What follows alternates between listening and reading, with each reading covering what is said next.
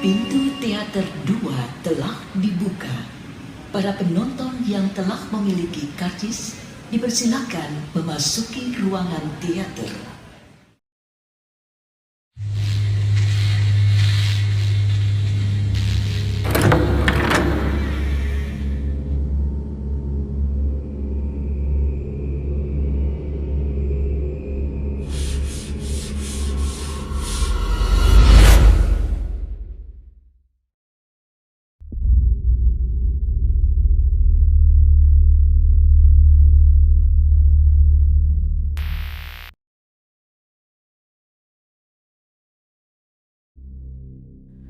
Aku tersentak dari tidurku, teringat dengan jelas sesosok bayangan makhluk besar memperingatkan dalam mimpiku. Waktu sudah menunjukkan pukul 8. Dengan segera aku mempersiapkan diri untuk menemui Paku Suara. Sudah 1 minggu sejak kejadian di Imah Leuweung yang hampir merenggut nyawaku. Namun kami sepakat, kami tak akan berhenti sampai di sini sampai semua permasalahan ini selesai. Aku tahu, ini seperti bunuh diri. Mengingat bahkan aku sendiri pun hampir mati saat melawan siluman ular yang merupakan anak buah dari makhluk jahanam yang menjadi asal muasal tragedi ini. Pagi Paku Suara, ucapku saat bertemu dengan Paku Suara di sebuah warung desa tak jauh dari tempat aku tinggal. Pagi Mas Danan, sudah sarapan? Sambut Paku Suara. Belum Pak, ini sekalian mau sarapan lotek uleknya Teh Imas. Ucapku sambil menoleh dan memberikan kode kepada Teh Imas, sang pemilik warung. Pak Kuswara kemudian menyulut rokoknya, menarik nafas cukup panjang dan menghembuskan dengan nafas yang kurasa bercampur dengan rasa keluh. Gimana Mas Danan? Ada petunjuk dari kejadian kemarin? Tanya Pak Kuswara. Iya Pak, ini juga alasan saya kenapa saya ngajak ketemu tanpa mengajak Kang Asep. Jawabku. Makhluk besar yang bertarung dengan Pak Kuswara itu, apa benar itu lelepah? Pak Kuswara memandangku sambil mencentikkan abu rokoknya. Kamu tahu dari mana? Pasti dari anak yang tinggal di rumah Bu Demo itu ya? Tanya Pak Kuswara. Iya Pak, Bapak tahu Gio? Aku menjawab dan menjadi semakin penasaran.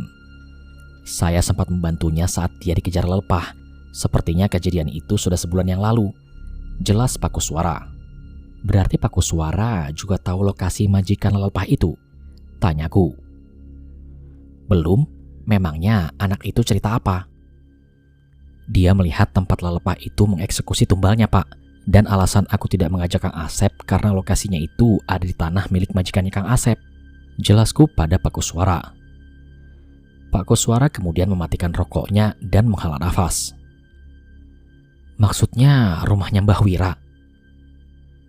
Betul Pak, tapi masih perlu dipastikan. Ya sudah, kapan kita ke sana? Jika memang dia pelakunya, harusnya kita bisa merasakan sesuatu saat masuk ke rumahnya. Lanjut Pak Kuswara. Masalahnya Pak, beberapa hari ini saya dapat mimpi yang memperingatkan bahwa ini bukan masalah biasa. Kita harus siap untuk perang. Ceritaku dengan gelisah. Semenjak mimpi itu menggangguku, aku mencoba meminta pertolongan kepada seseorang yang bernama Cahyo, teman seperjuanganku saat aku masih bekerja di pabrik gula di Klaten. Kalau Pak Kuswara berkenan, bagaimana kalau besok Rabu kita ke sana? Saya juga mau minta tolong teman saya dari Klaten untuk membantu. Tanyaku pada Pak Kuswara. Baik Mas Danan, jangan lupa persiapkan segalanya dari awal. Kita tidak tahu apa yang akan kita hadapi. Sepiring lotek diantarkan oleh Teh Imas ke hadapanku. Segera aku melahapnya dan melanjutkan pembicaraan biasa dengan Pak Kuswara, namun tetap terlihat raut muka gelisah di wajahnya. Tepat di hari Rabu sesuai yang telah dijanjikan, kami berkumpul di tempatku, di rumah Bu Ranti tepatnya. Aku menunggu bersama Cahyo yang sudah datang dari kemarin malam dan menginap di sini. Namun hujan deras tak kunjung berhenti dan Pak Kuswara belum kunjung datang juga. Gio, kamu benar lihat makhluk itu di tanahnya Mbah Wira kan? Tanya Cahyo pada Gio.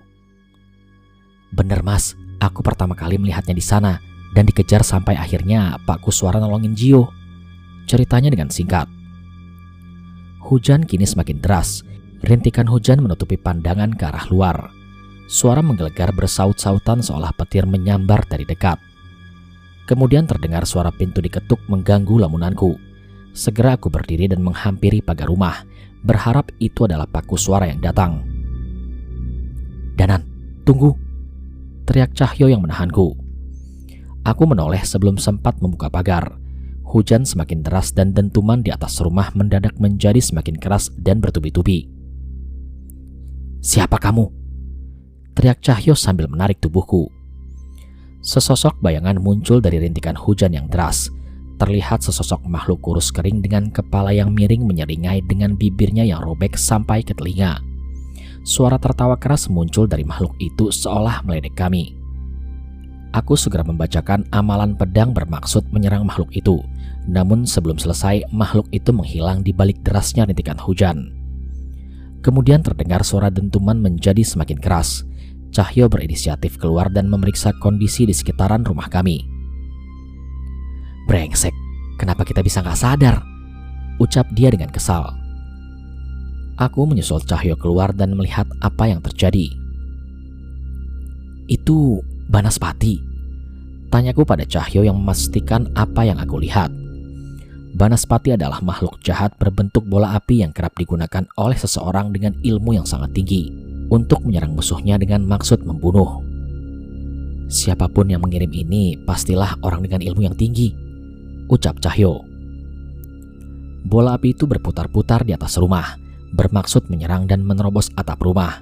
Dan jika itu terjadi, pasti sudah ada nyawa yang melayang di rumah ini. Sekali lagi bola api itu mencoba menerobos, namun yang terjadi adalah benturan. Rupanya suara yang dari tadi kami dengar adalah suara Banaspati yang berbenturan oleh sesuatu. Sontak aku melihat ke sekeliling, mencari asal energi yang menahan Banaspati itu. Dan sudah kuduga, itu adalah Pak Kuswara yang sedang duduk bersila di bawah derasnya hujan dengan merapalkan mantra pelindung. Kemudian Cahyo mengambil segenggam tanah, membacakan beberapa kalimat doa dan melemparkannya ke kebun kosong di belakang rumah. Banaspati itu menjadi hitam. Makhluk itu menyadari benda yang dilempar Cahyo dan menerjang tanpa ampun. Ledakan besar terjadi ketika bola api hitam itu menyentuh tanah di kebun kosong itu. "Sudah aman," kata Cahyo. Pak Kuswara membuka matanya dan menghampiri kami.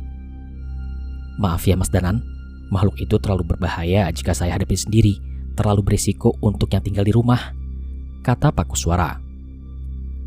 "Enggak Pak, saya yang bodoh, enggak menyadari ada makhluk sekuat itu yang menyerang," jawabku. "Terima kasih Mas, saya baru tahu ada cara seperti itu untuk mengalahkan Banaspati," ucap Pak Kuswara sambil menoleh kepada Cahyo. "Iya Pak, saya yang berterima kasih. Kalau tidak ada perlindungan dari Pak Kuswara, mungkin salah satu di antara kita sudah celaka," jawab Cahyo. "Ayo Pak, masuk dulu, kita kenalan di dalam rumah saja," ucapku memotong pembicaraan mereka. Kami mengeringkan diri, mengganti pakaian dan melanjutkan perbincangan kami. Bu Deranti kemudian datang dengan menyuguhkan teh hangat untuk Pak Kuswara. "Mas Danan, kelihatannya kondisinya semakin berbahaya," ucap Bu Ranti dengan gelisah. Pak Kuswara kemudian menyeruput teh hangat buatan Bu Ranti. Terlihat menggiurkan, namun aku harus menyempurnakan puasaku untuk persiapan nanti. "Bahaya Bu, tapi mau gimana lagi? Kalau tidak diselesaikan, korbannya akan semakin banyak," jawabku kepada Bu Ranti. "Iya Mas, pokoknya hati-hati ya," sahut Bu Ranti. "Bu, saya titip ini, tolong serahkan ke Gio, minta dia membawa ini selama kami pergi," ucap Pak Kuswara sembari menyerahkan sebuah benda yang ku tahu itu adalah pusaka berbentuk kalung. "Itu pusaka pengganti raga juga kan Pak?" tanyaku pada Pak Kuswara dengan penuh harap. "Bukan, hanya untuk berjaga-jaga saja. Anak itu pernah bertemu dengan lelepah. Bisa jadi anak itu juga terikat dalam takdir ini," jawab Pak Kuswara. Hujan sudah mulai berhenti.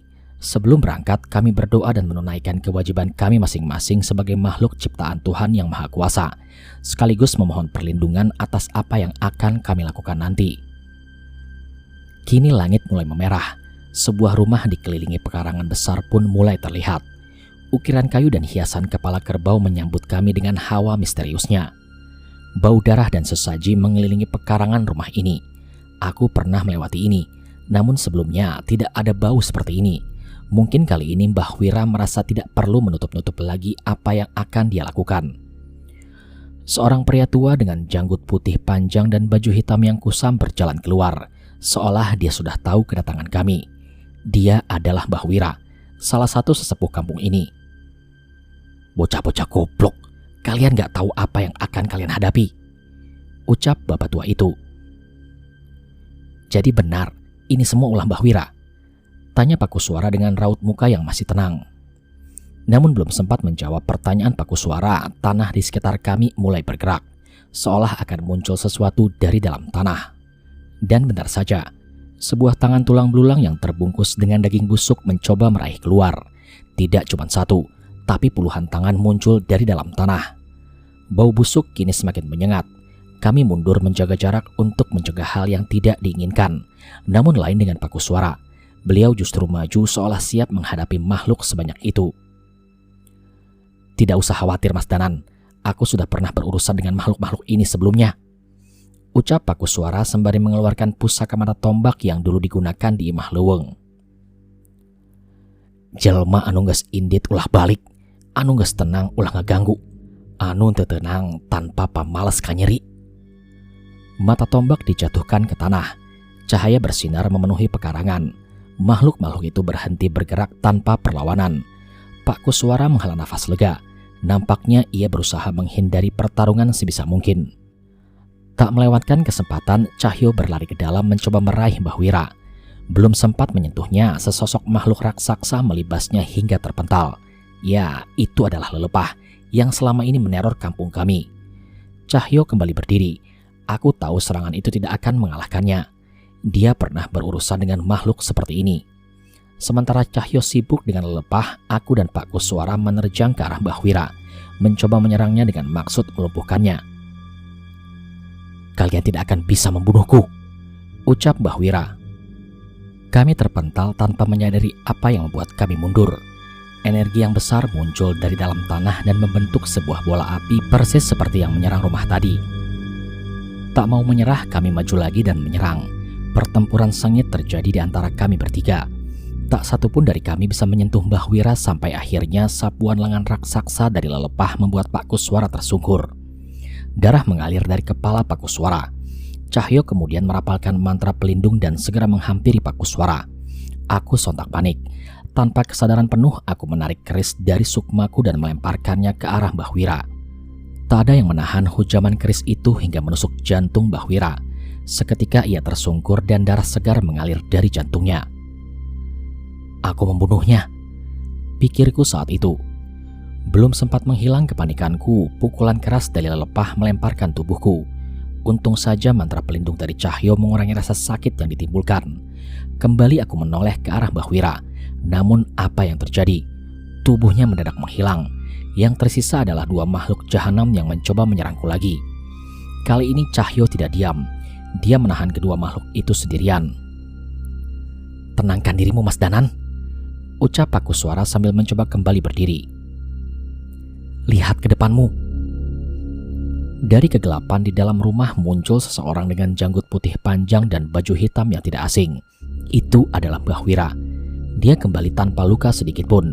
Kerisku pun tergeletak begitu saja. "Jangankan membunuhku, menghadapi makhluk penjagaku saja kalian tidak akan mampu," ucap Mbah Wira dengan sombong. "Baik kalau itu maumu," balas Cahyo sambil melepaskan ikatan sarung dari pinggangnya. Iya, sarung. Sarung itu adalah senjata andalan Cahyo yang selalu ikut kemana saja dia pergi. Cahyo menggila seperti kera, menaiki tubuh lelepah, menutup kepalanya dengan sarung dan menghantamkan kepalanya dengan tangan kosong. Lelepah itu meraung kesakitan membenturkan kepalanya ke pohon untuk menjatuhkan Cahyo. Aku menarik kerisku, merapalkan ajian lembur saketi, sebuah serangan jarak jauh untuk menyerang inti dari Banaspati. Tak terima dengan seranganku, bola api itu kembali menghitam dan menerjang ke arahku. Tentunya aku sudah bersiap. Namun sebelum makhluk itu mengenaiku, sekali lagi Pak Kuswara melemparkan mata tombak ke Banaspati hingga bola api itu pecah tak berbentuk. Aku menoleh ke arah Cahyo.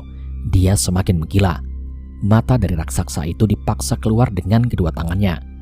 Taring dari makhluk itu mencoba melumat manusia yang sedang menyerangnya. namun kedua tangan Cahyo menahannya dan merobek rahang lelepah itu. "Mas Cahyo, jantungnya!" teriak Pakusuara. Sadar dengan petunjuk dari Pakusuara, Cahyo membacakan ajian pada tangannya dan seolah tangan kanannya berubah seperti lengan kera raksasa dengan cakar yang tajam. Seketika lengan itu menghujam ke dada lelepah itu, menghujamkan jantungnya dan menarik keluar. Sontak raksasa itu tersungkur tak berdaya. Mengerikan, ya memang, itu adalah roh bangsa kera dari hutan Wanamarta yang menjadi pelindung Cahyo. Kami segera berkumpul dan menghampiri Mbah Wira. Namun sesuatu yang aneh terjadi lagi. Mbah Wira kini tersungkur. Kulitnya menjadi keriput dan menghitam. Namun ia masih berusaha untuk bertahan. "Mbah Wira!" teriak seseorang dari dalam rumah dan berlari menghampiri Mbah Wira. Itu adalah Kang Asep. Rupanya dia menyaksikan semua ini dari awal. Mbah Wira menoleh ke arahku dengan bantuan Kang Asep yang menahan dadanya.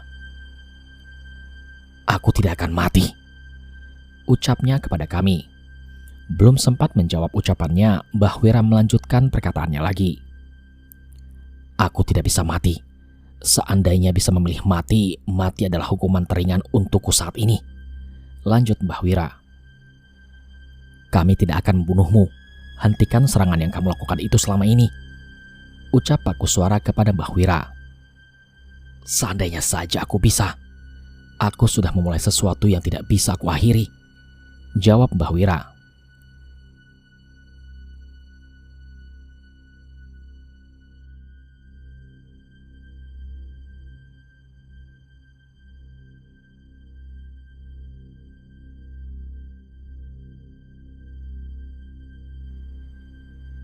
"Kang Wira, kesini," ucap seorang wanita memanggilku.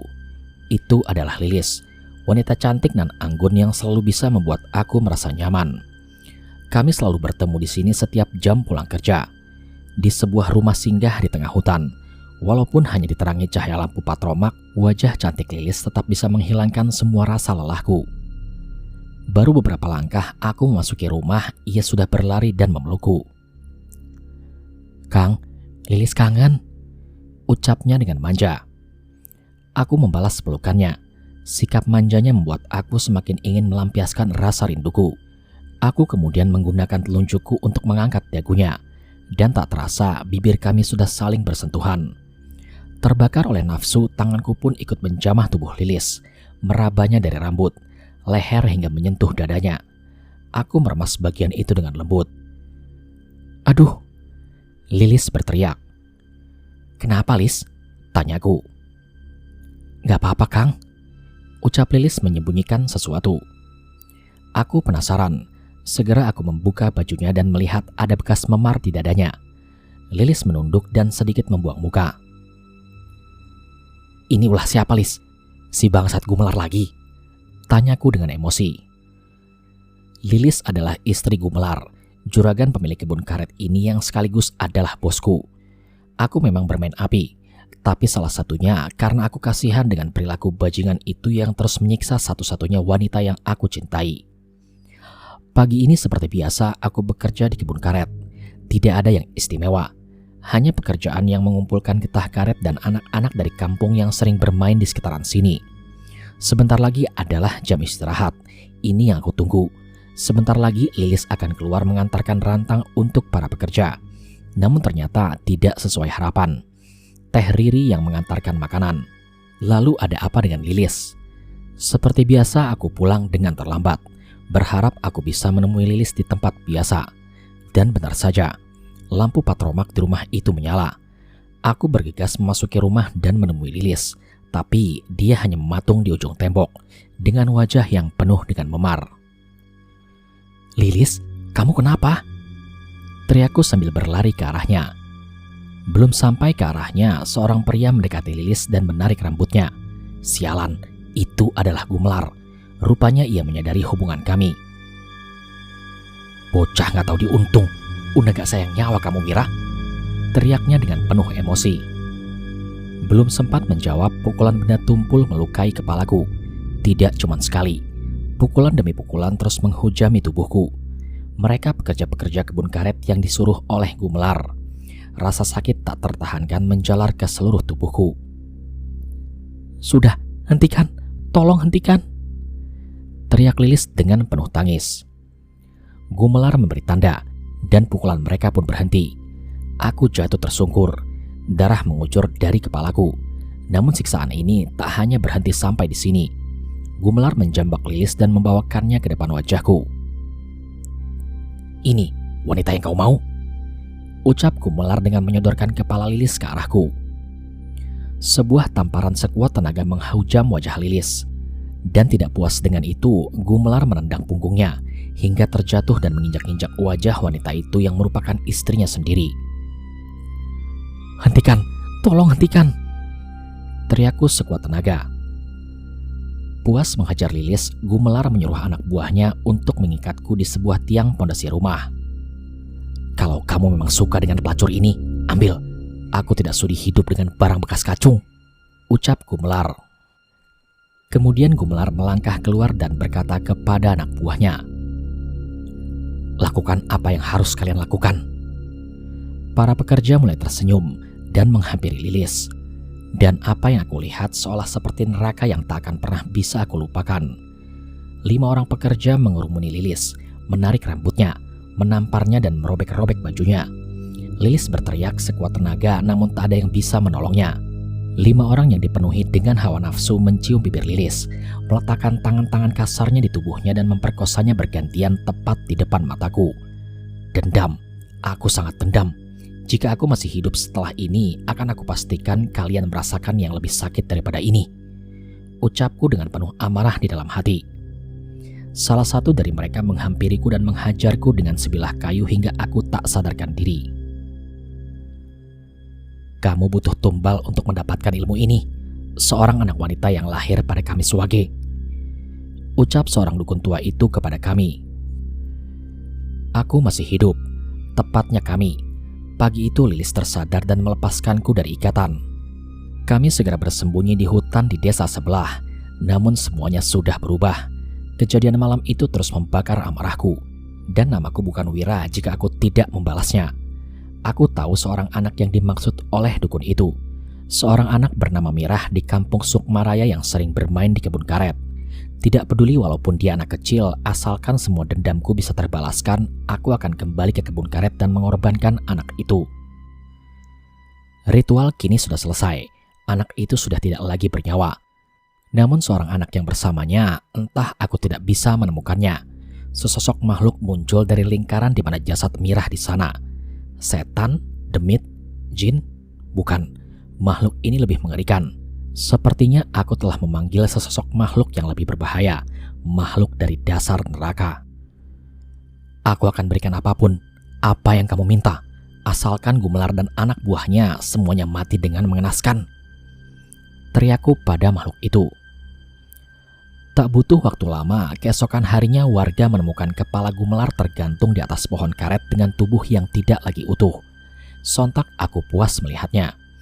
Aku kembali bisa bercinta dengan Lilis dengan membayangkan orang yang menyakitinya mati dengan sangat mengenaskan.